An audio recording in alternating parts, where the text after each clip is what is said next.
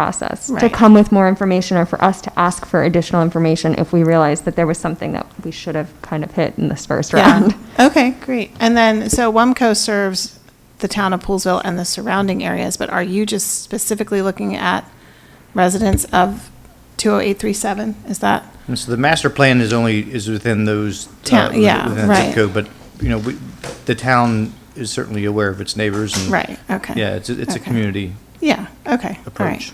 That helps with my data collection to know how to limit it. Okay, Yep. great. Okay, I think that's it for me. Thank you, that does Yeah, help. thank you very much.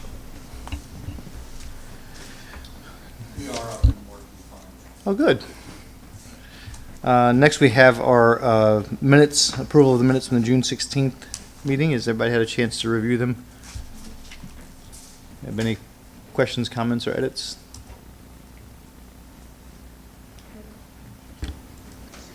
I make a motion to approve the May 12th, 2021, to approve the June 16th, 2021 meeting minutes of the Poolesville Planning Commission. I will second that.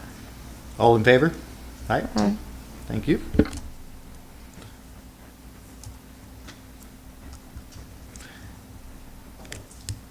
And on to our new business, our variance 002-21.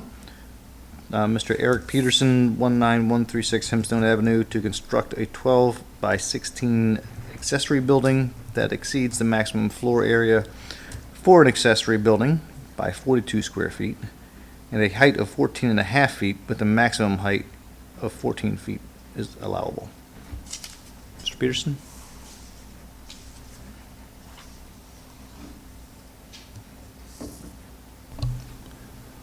If you would, just for the record, I know I said it already, but your name and your address. My name's Eric Peterson at 19136 Hempstone Avenue. Welcome. Thank you for coming. Do you want to give us some background on what's going on?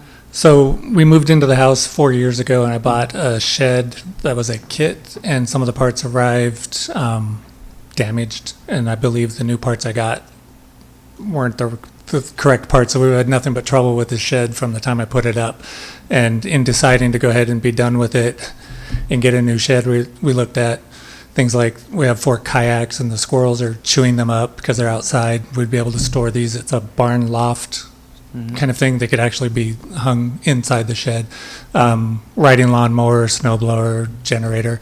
I think the neighbors actually have a shed the same style and size, so I don't believe it's anything extravagantly different. And we just thought if there was an opportunity to have one shed to serve all of our purposes. And where are you in terms of the construction of this, or, I mean? So I've ordered the shed, and they were applying for the permit, and then they seemed taken aback by the variance, and I haven't heard back because I didn't know if they were working it because I paid them to do the Right. permitting. So I just proceeded to move forward, and I'll let them know what I've accomplished. In the meantime, the shed will replace the existing shed, and as far as the footprint, it's 6 feet longer and of course taller, but it's pretty close to the same dimensions of what we have already in place. John, do you have any further input? We came in, it's in a 3rd acre zone. That particular zone allows 150 square feet. The structure itself is a little bit higher than the section. It's 14 and a half feet, 14 is allowed. We did look at the maximum lot coverage for it. It is under that. That includes anything that's under a roof. We did then also look at the grading. The lot falls to the rear of the property.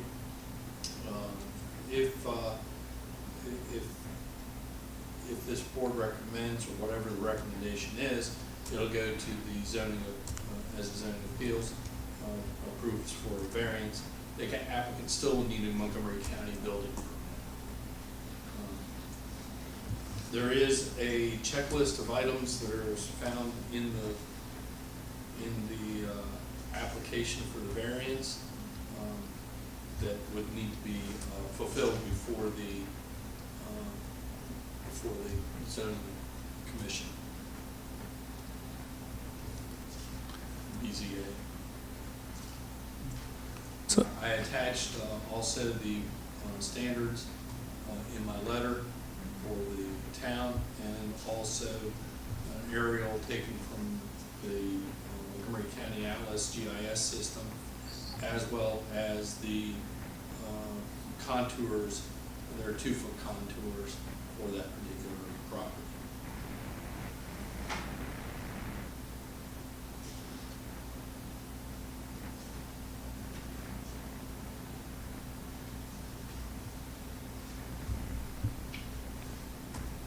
So, Mr. Peterson, have you reviewed the part of the variance where it lists the 4, basically the criteria of what the Board of Zoning Appeal would grant a variance? So it says that the Board of Zoning Appeal shall grant a variance to the zoning ordinance if it finds that all of the following can be met and the variance. Are you familiar with that section? Yes, I'm looking at it now. Okay. Obviously, I don't believe that anything you're doing and anything Mr. Strong has mentioned would adversely affect the public health, safety, or welfare or the rights of the adjacent property owners. John, is that your opinion as well? That's correct. There's just, that arises from a special condition or attributes which pertain to the property for which a variance is sought, which was not created by the person seeking the variance. Want to speak to me about that?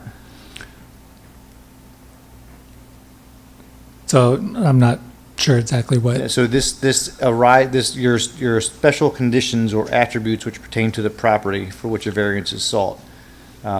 So these are the 4 criteria that have to be met for them to approve it. And how is this arising from special conditions or attributes which pertain to the property? Then those special attributes and conditions not created by you. Yeah, I'm not sure what the actual answer is that you're looking for. The zoning allows for a certain size of an outbuilding, and if possible, we would like to get a slightly larger one. So I guess what we're looking for, is there a special condition for which this building is the one that fits? The 14.5 feet versus the 14 feet or the 42 Right. extra square feet? Right. So I think he provided that answer with, they want to store kayaks, They're which are probably longer. And 9.5 feet, 14 kayaks, 4 of them, and then a riding lawnmower, a snowblower, Yeah. generator. Because I'm guessing you can't fit that. Like, do you have a garage? It doesn't have rafters. It's a finished roof. Yeah. So I couldn't get the car in. So those are the Those kind of in. explanations Right. you would give to the Board of Zoning. Okay. Say, hey, our garage is so much Right. size. Just enough room for the cars. Are you reading this though? Because those are his kayaks. He brought that on. Yeah. So where's the special condition or attributes? I'm not trying to throw it up and down with this, but I'm trying to follow what the guidance is for us. And I think that's something we I see what you're saying. sometimes forget to look back at. And I keep So you're asking saying, about like- it, but now it's in front of me and I can read it. Like if his house was on a hill with a slope or something, and you could only put a thing right there. Right. Is that what you mean? Right. So an example of like if the yard was so sloped you couldn't put it except within the building restriction zone, Yeah. then we might grant a variance for that because of the hardship that he didn't bring one himself, I get it. or the special conditions. If it's relevant, the previous shed I had permitted, I had a concrete slab poured for it. So as far as the zoning and things like that, that's all taken care of. Right.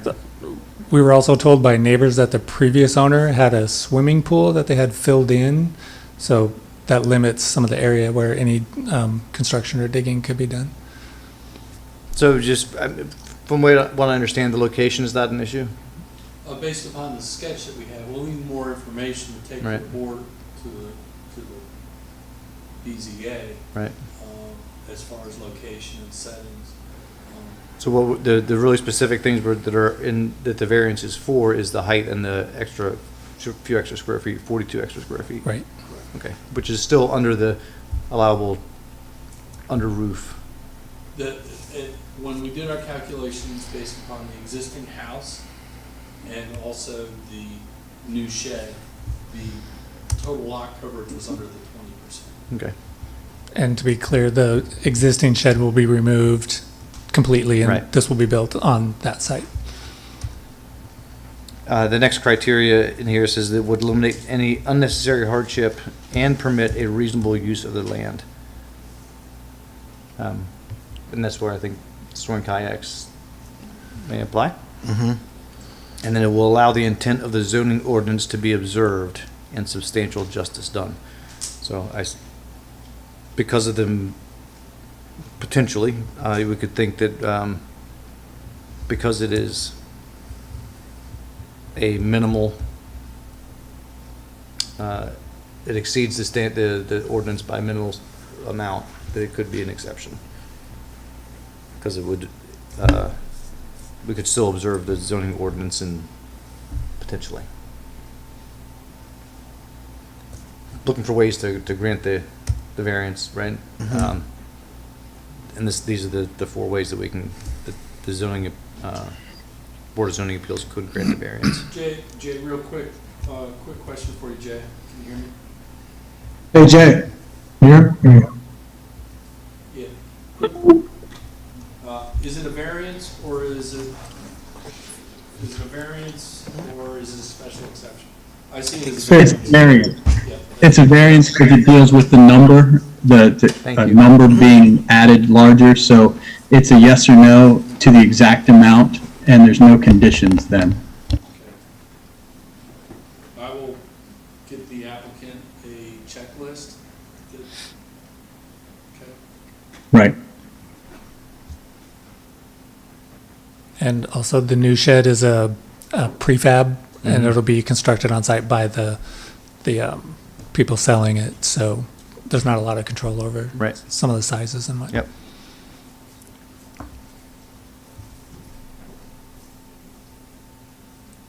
Guys have any questions or discussion items?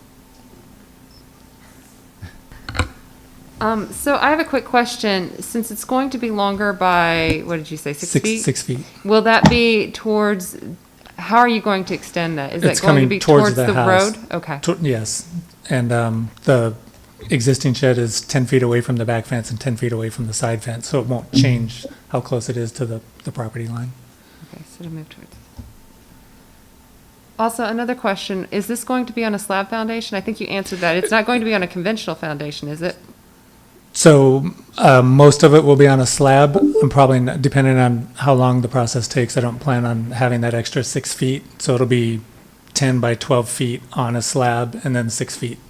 And it has a steel frame base. The whole unit does. It's a All right, separate is that floor. flush with the ground? So I mean, I The- understand that the shed is 14 and a half Right, yes. feet tall, but then, if you add a 6-inch foundation of piers, No, it's, the current slab is like 1, maybe 2 Okay. inches above So ground it's level. flush. And the way the gradient is there, it'll maintain the level with the existing slab. And then I have one question for you, sir. I'm looking at this topography. Am I reading this right, that the back of his property where the shed is located is at the same level as the street, and his home is therefore 2 feet higher in grade, or is the street 4 feet higher in grade than the shed? I can't really tell from your topography lines. I think the first option is correct, but I've got to take a look at it real quick. And then I've got to get that piece of paper.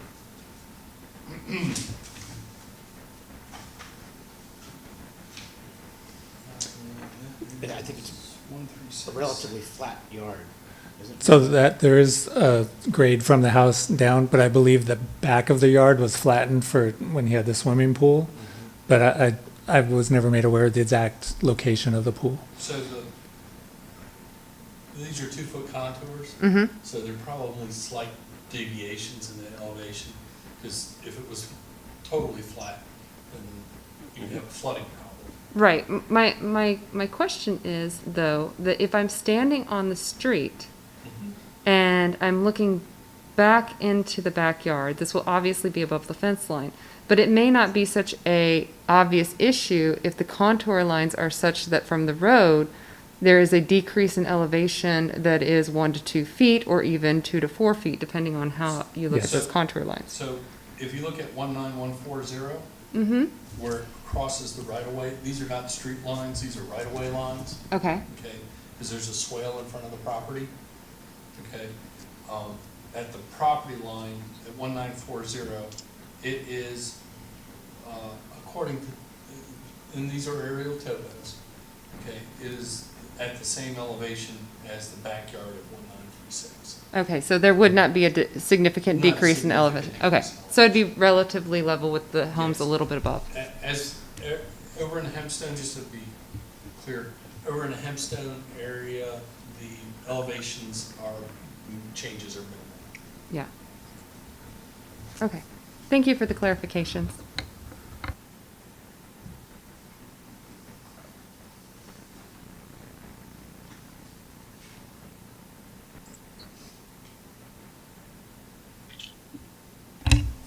Anybody else have any thoughts, questions?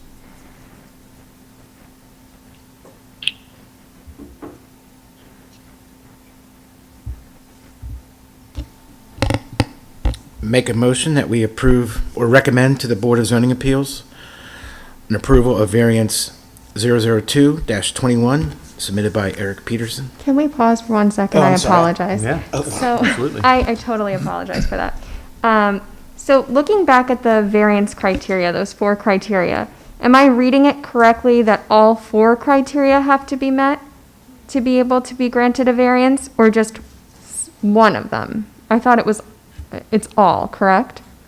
Jay, you want to weigh in on this? What, You don't have to meet them all. They all are weighted.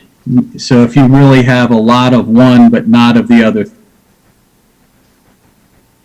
3, that could still weigh it in favor of granting it. So they weigh each factor. John, did they hear that? yes. Yep. I heard it. So I can give you an example. It could be a big hardship for the person, but really detrimental to the community. So it wouldn't be in harmony with the community. And they would weigh those 2 to see how they are. So they don't have to check every box, but they weigh all those factors. Any evidence of whichever factor it is. Can I ask one more question? What's the current height of the shed that you've currently at your property? Do we know that? It might be 7, maybe 7.5 feet. Okay, so this is nearly double the, okay, Right. It's a different style of roof. right. And just to ensure that I understood Lexi's point, that this yard from this street is basically flat. It maybe goes down a little bit in the back, but not by much. Based upon what we're seeing, based upon the topo that's there, it appears that it's going to be fairly level. We do expect some increase in height at the house height, right, because you got a drainage issue.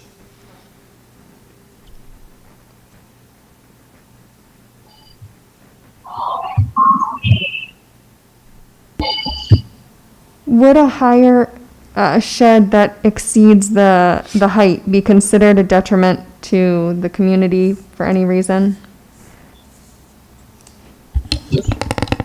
I'm just going to put having lived here my entire life and knowing Westmont very well, a lot of the homes have sheds, and it's either the gable or the gambrel style, like he has, or the one out back is very common, I think.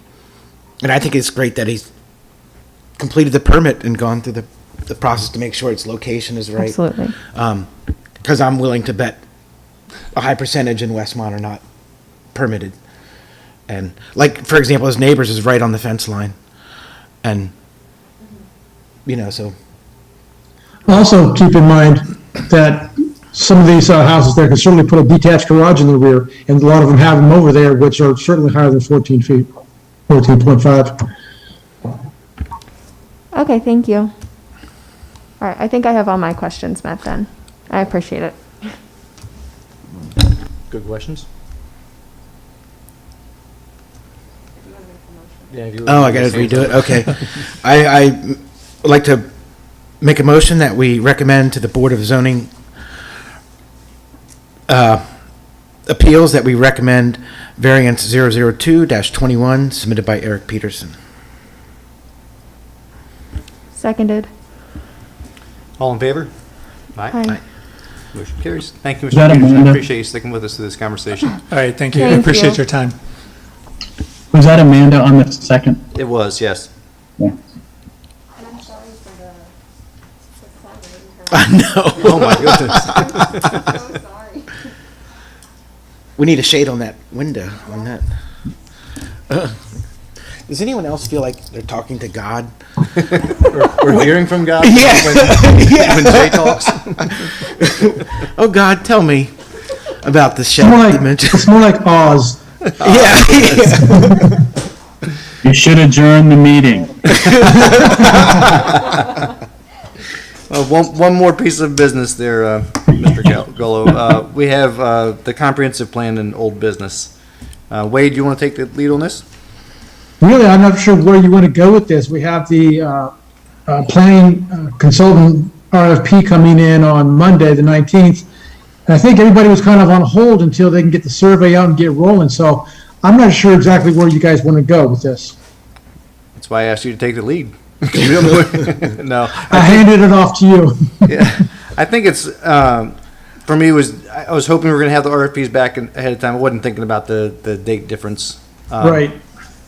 Yeah, I mean we have Mr. Doug McKinney here. Did he want to speak about something? I'm here because of the comprehensive plan, in fact, I'm on Parks Board, sometimes overlap. And Yep. So forth and so on, I've been through a couple of the master plans and a couple of escapes and so forth and so on, so I'm just gonna bang some up. Okay, it's more observed than Very, and let you know if, if I got an idea, I'll let you know that too, but. okay. Anybody else? Yeah, there's sort of some park stuff that needs to be revised in there, Doug, and you think you're probably taking it to your board, and I'm not sure Bobby can help you with it, or if you guys may have to tackle it yourself without me being there with you to rewrite some of the stuff and update the parks. I know some new parks came online. Sidewalks need to be built, some may have been built. Trail systems are missing or need to be built. All those things need to be added into the transportation section also. Yeah, we do have some work to do. Even as, we thought we were a little further along, and then realized I saw that they don't have the pickleball stuff that's in there anymore, or not more, we don't have it in it yet. And we have some definition testing with respect to what is a farmer's market. Yep. Meeting, we had to figure that out, and we had to look at the county rules, I think, to get some guidance in that regard. Guys, are you here, Doug? Barely. Yeah.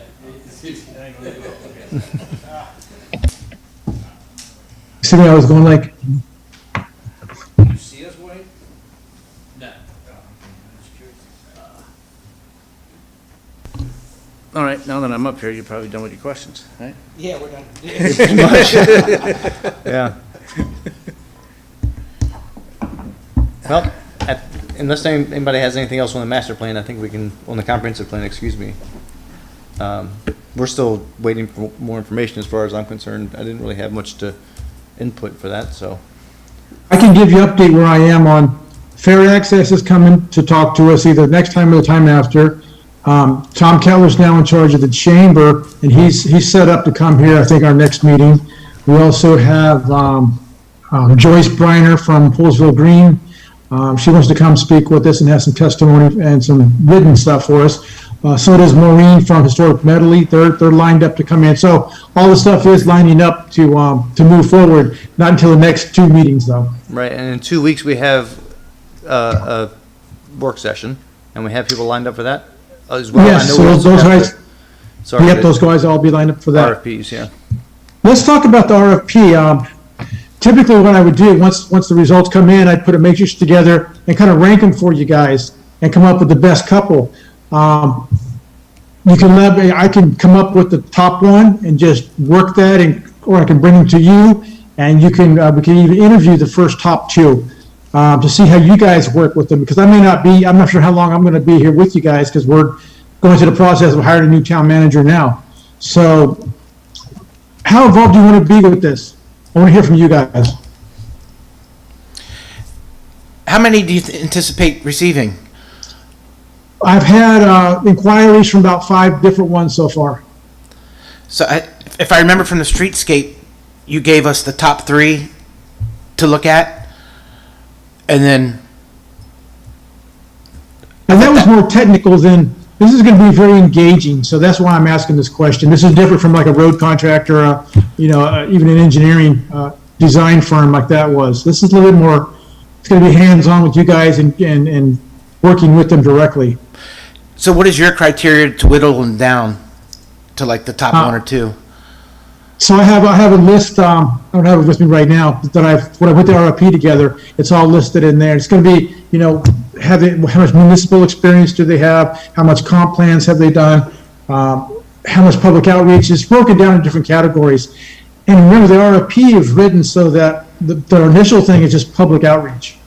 We're engaging them with that. And then the second part of the RFP is just they come forward with their qualifications for doing the rest of the comp plan and their experience and stuff. So it's going to be kind of a combination type matrix that I'm going to put together for that. Well, I'd be happy, Wade, if you had whatever your gut feeling is. If you got a couple you think we need to choose from, or if there's one clear, runaway candidate you think is the best, I think you can give us that information. If we're not happy with it, we can request to see more information. Okay. Is that everybody okay with that? What about? I mean, do we want to go through? If he's getting 5, do we really want to go through the top 3? No. But if it's neck and neck between your top 2, Yeah. yeah. But if there's a clear, pretty much what you said, I agree. Got that, Wade? That's easy. And, once I get them and go through it, I'll actually send it out before the meeting anyway, so everybody has time to digest it and kind of get their own thoughts about it. Yep. Okay. And then did everybody get the streetscape link that I sent out? We did. Yes. Okay, good. Okay. Actually, I could not open that. It required a sign-in for the town for me to be able to get into it. I was able to go through a back door by searching and then narrowing down the search within the town's website, but the link did not work for me. It requested a login. That's really strange. Did no one else had that problem? I didn't open it. No, I didn't have that problem. That's correct. It leads to the admin document center. Okay. Well, so you just found you put 100% plan or something, Lexi? Yes. Okay. I apologize for that. I'd sent it to a bunch of people and no one brought that up to me, so I guess no one's looking at it. We all got caught just now. All the commissioners, I sent it to them, I said, I try. I did receive the email. Yep. I did not lie.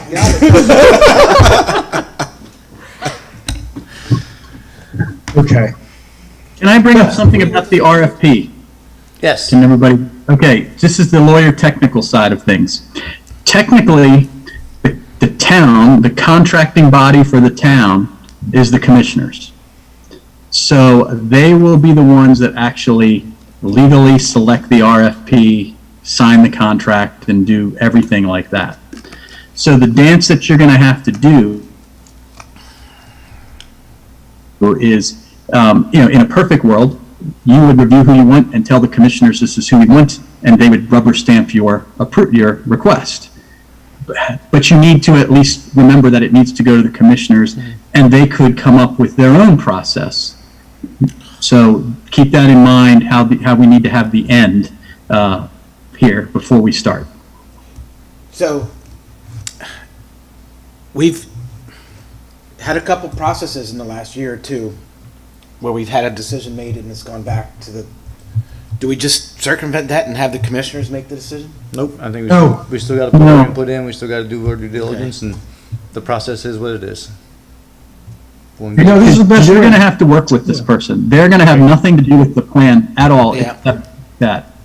So, but what I'm saying is, and it's reality in the fact that everybody wants to have their fingers on it. So they may not just say, okay, thanks for the recommendation.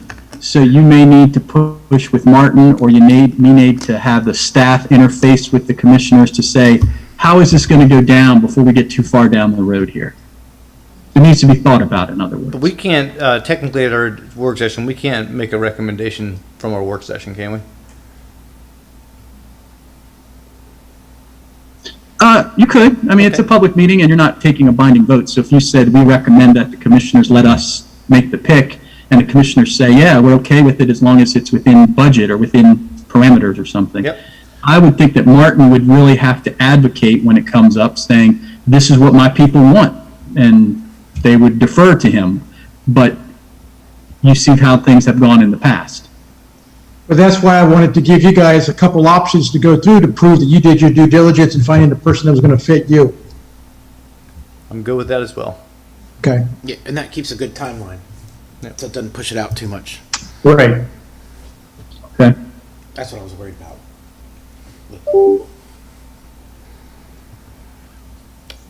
Anything else, Wade? Was that, That's all I have. okay. Jay, you have any more bits of wisdom for us? Nope, that's all I have. All right, well, I'll entertain any motions that are thrown. I'll make a motion no. to, sorry. Sir. No, I wanted to circle back around real quick to the master plan, especially since we have Parks and Rec's representation here.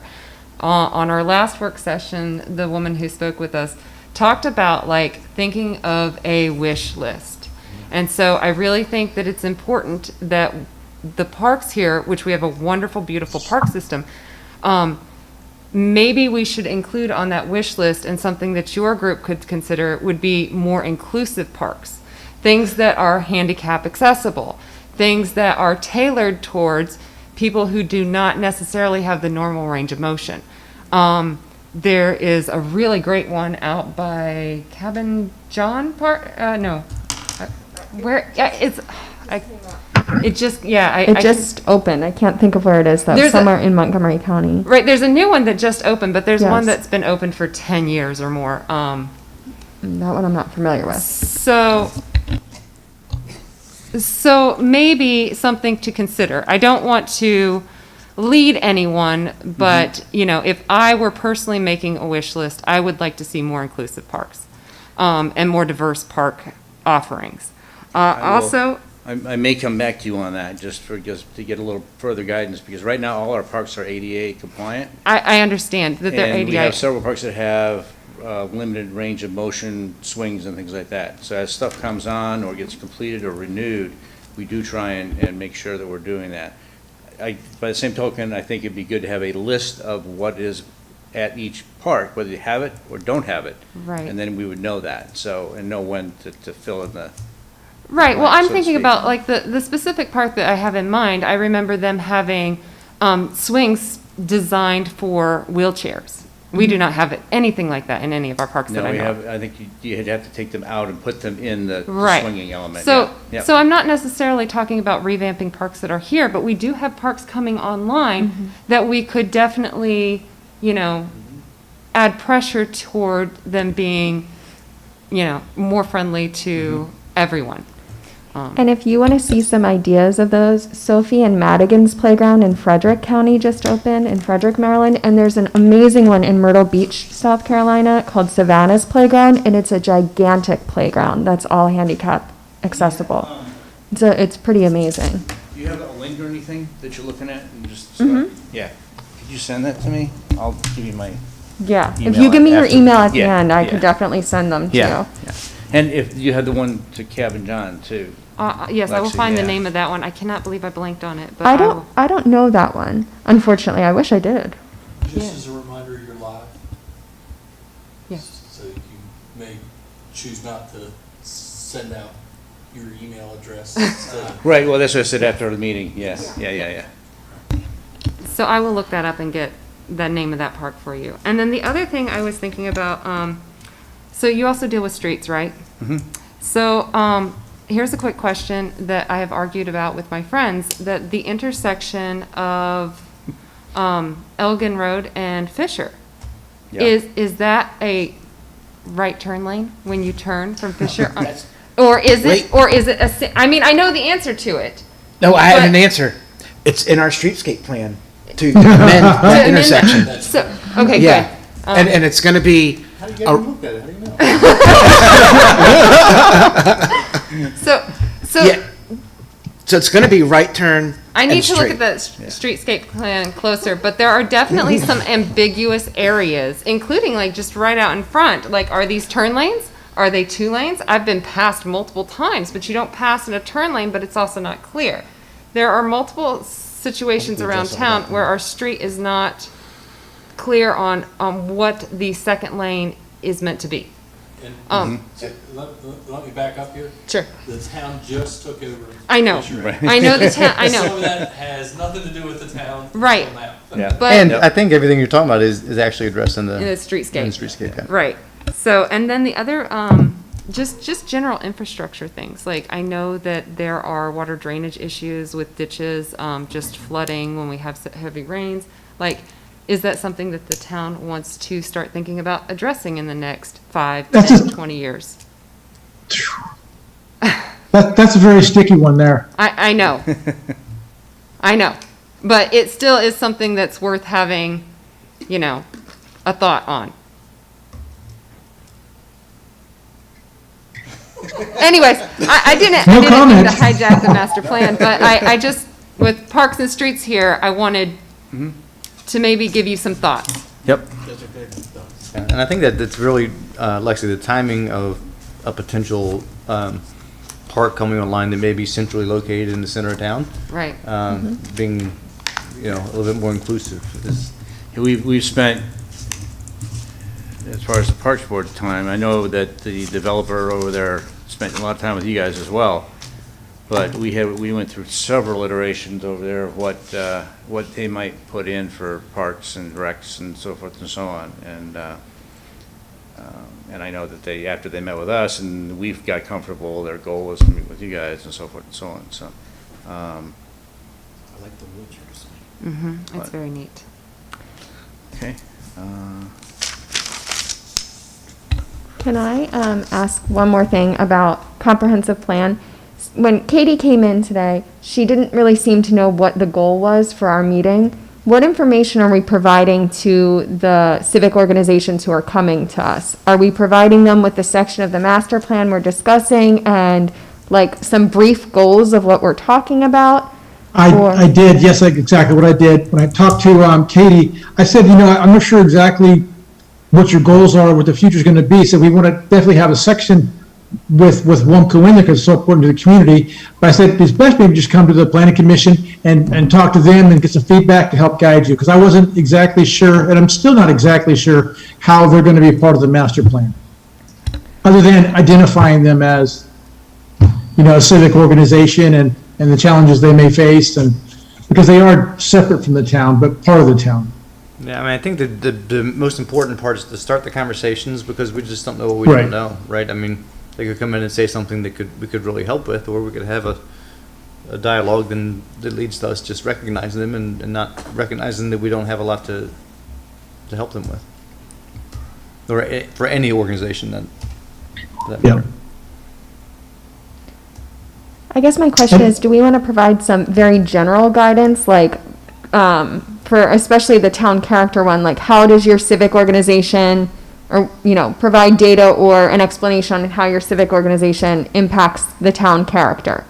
And then what goals does your civic organization have for the next 5 or 10 years for the town? And then any general, anything else general that you want to share, that's a weakness or strength that you see within the town for your organization. I just wonder if we want to have something. I don't know exactly what you sent, Wade, so I apologize if that really is in line with what you sent. No, she was really the only one that I struggled with. Right. So those are great points that you just made.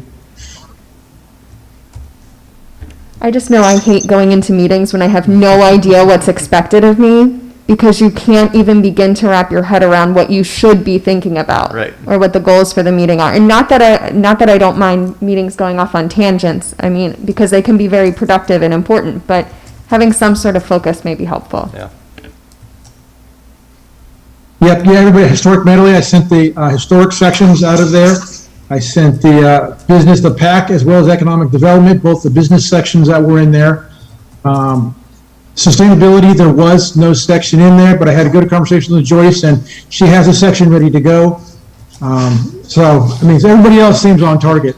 Economic Development, different from committee, is just formed recently, and they may come in and when they just go back and forth with you a little bit to see, because a lot of them are outside, like Calavia, some other outside folks are part of that group. So they may have a different perspective than the chamber, I would imagine. So that might be just a conversation that we have in the future also.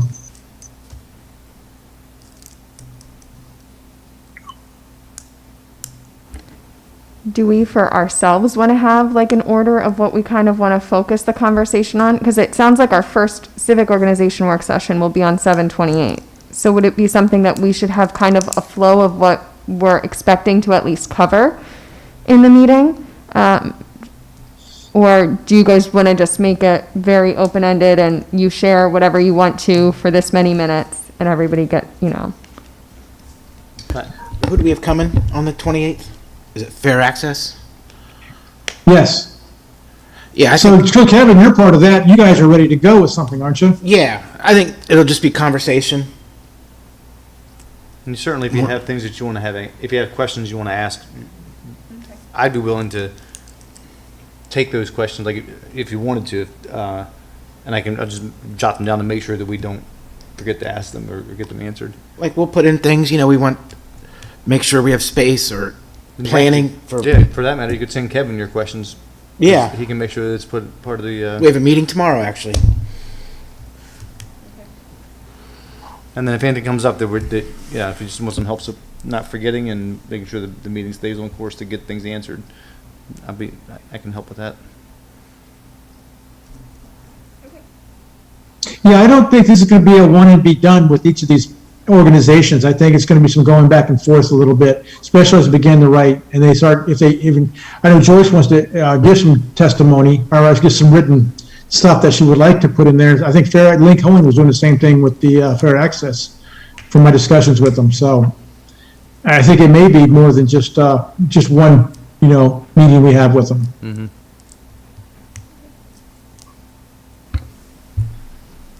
Is there any way to let, especially the civic organizations, know that while they've been put under a broad umbrella of town character, that we are not indicating a lane to them?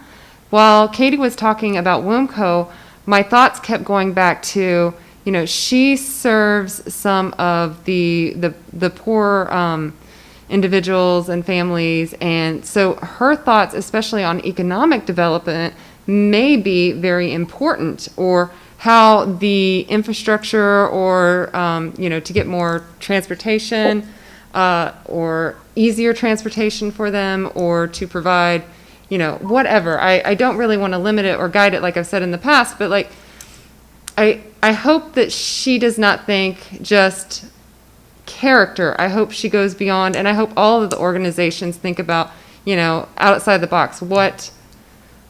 What do we need in terms of economic growth? How can we make Poolesville more appealing?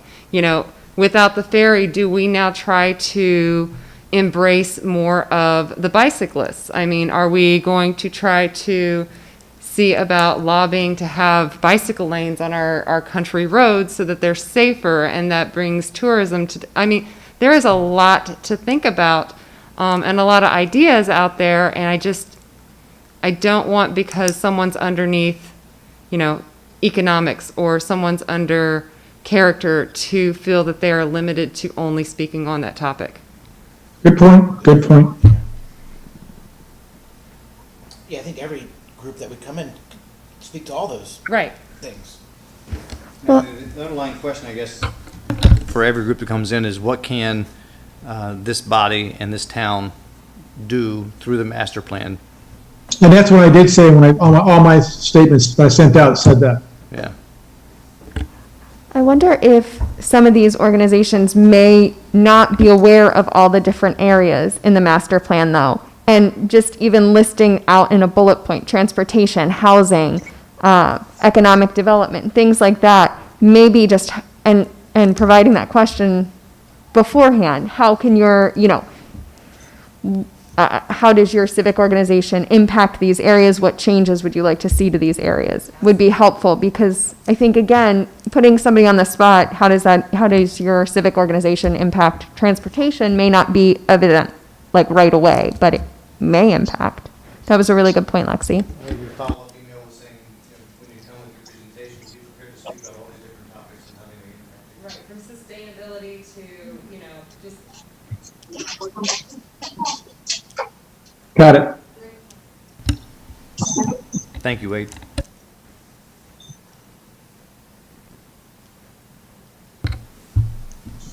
I make a motion to end this meeting. Seconded. All in favor?